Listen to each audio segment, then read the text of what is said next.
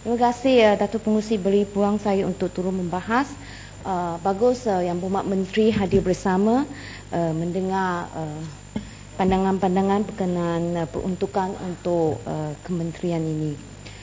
Datuk Pengerusi, saya ingin merujuk kepada putaran 0740 Keselamatan Jalan Raya, putaran yang lain 080 900 kempen multimedia keselamatan jalan raya, 08 1300 MyROS, 100 500 one off di bawah keselamatan jalan raya.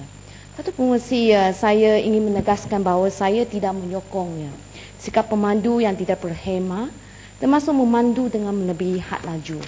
Akan tapi saya merayu kepada menteri agar mendengar dan menerima pandangan orang ramai, termasuk ahli-ahli parlimen dari kedua-dua belah, Barisan Pembangkang dan beberapa orang ahli parlimen dari Barisan Nasional yang berpendapat pelaksanaan AES ini patut ditangguhkan. Datuk Pengerusi, kemalangan jalan raya yang berlaku mempunyai banyak puncanya. Selain daripada memandu pada kelajuan yang membahaya, cuai, memandu terlalu dekat, memandu dalam keadaan pengaruh alkohol, memandu dalam keadaan letih. Kamera AES ini, ada orang kata ini adalah kamera satu Malaysia, ada orang panggil saman rakyat satu Malaysia. Tidak dapat mengenal pasti sikap pemanduan yang saya nyatakan tadi, iaitu kecuaian pemandu yang seperti memandu terlalu dekat, memandu dalam keadaan pengaruh alkohol, memandu dalam keadaan yang letih. Datuk Pengerusi, saya ingin memberi pendapat peribadi saya selepas membuat sedikit kaji selidik berkenaan perkara ini. Saya juga akan turut memberi pandangan selepas perbahasan ini bahawa saya percaya mempunyai kementerian boleh menggunakan pendekatan yang lain untuk menjayakan usaha mengurangkan kadar kemalangan jalan raya ini. Datuk Pengerusi, satu, saya rasa pihak kementerian telah silap langkah apabila kementerian mengambil tindakan untuk dengan izin outsource tanggungjawab yang paling asas, iaitu mendidik orang ramai dan menguatkuasakan kesalahan peraturan trafik ini. Ini langkah yang paling silap, tindakan mengoutsource ini. Datuk Pengerusi, Menteri dilaporkan menyatakan bahawa AES ini adalah mendidik pengguna jalan raya supaya lebih berdisiplin, mematuhi peraturan jalan raya seperti pematuhan had laju. Akan tetapi apabila kementerian mengambil langkah mengoutsource dengan izin pelaksanaan AES ini kepada dua buah syarikat swasta, objektifnya dan niat asalnya telah bertukar. Datuk Pengerusi, dua buah syarikat swasta ini yang melaksanakan AES ini tentulah bermotifkan untuk mengauk keuntungan. Mereka tidak akan mempunyai motif dan objektif sama dengan pihak kementerian. Datuk Pengerusi, Batu Gajah. Boleh. Ya, saya nak tanya Batu Gajah, sama ada ni AES ni apa objektif utama dia? Sama ada untuk to raise the money ataupun to save the lives? Itu soalan saya. Sebab saya lihat kan dalam terma-terma yang disebut oleh the subject matter expert Dr. Khairi Muhammad Dimyati, seorang pencarah Jabatan Surveying Science Geomatics di UiTM. Dia berkata dalam keseluruhan dia punya operasi itu, syarikat yang akan mengendalikan AES sama ada Beta Tegap ataupun satu yang Ajas Sdn Bhd, mereka telah diberi satu jaminan supaya internal rates of return sebanyak 17%. Itu kalau kita nak kaji gunakan perkataan orang biasa, IRR sebanyak 17%, itu macam keuntungan yang kita berikan kepada independent power producer generation number one. Jadi saya tak rasa apa ni AES, dia nak untuk raise fund untuk siapa-siapa ataupun lebih pentingkan untuk menyelamatkan nyawa. Apa Terima kasih Yang Berhormat. Saya setuju dengan pendapat Yang Berhormat.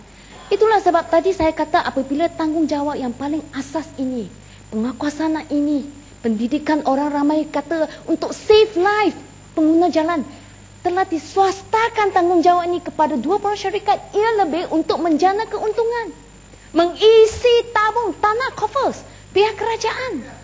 Datuk Pengerusi. Batu Gajah, bolehkah kita sifatkan yang AES tu ialah cukai belakang pintu?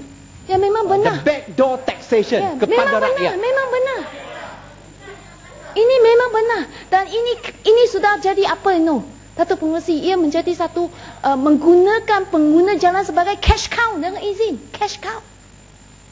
Untuk mendapatkan keuntungan. Untuk satu syarikat, lepas tu untuk kerajaan. Tadi yang Muhammad kata sebagai tax.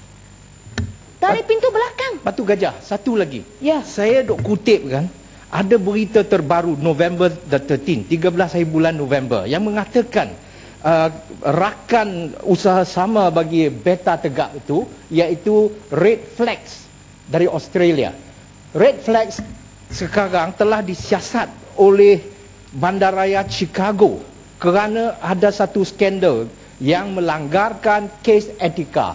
Bagi saya, orang Amerika, kalau dia orang gunakan perkataan kes etika, itu ialah perkataan pelembut untuk menggantikan corruption.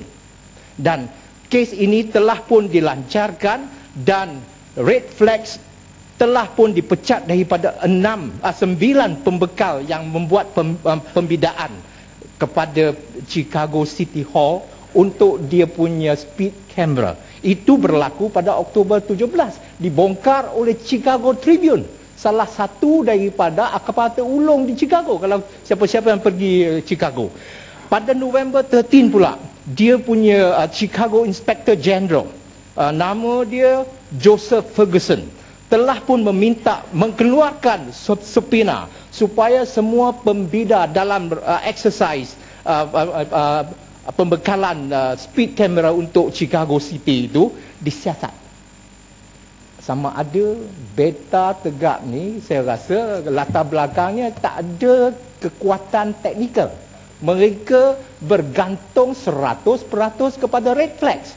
Kalau Red Flags tu sebuah syarikat yang dikatakan telah cuba sejak tahun 2008, Red Flags have been trying for the past 3 years since 2008 to sell the company and to over 40 potential buyers. Kalaulah satu syarikat yang dia tegak teguh, takkanlah dia nak jual syarikat tu dan nak cari 40 pembeli yang berpotensi.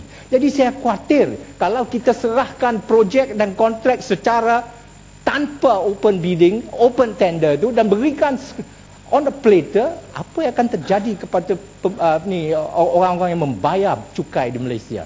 Pandangan Batu Gajah. Saya rasa pihak menteri perlu menjelaskan apa yang telah dibangkitkan oleh Yang Berhormat Jelutong itu.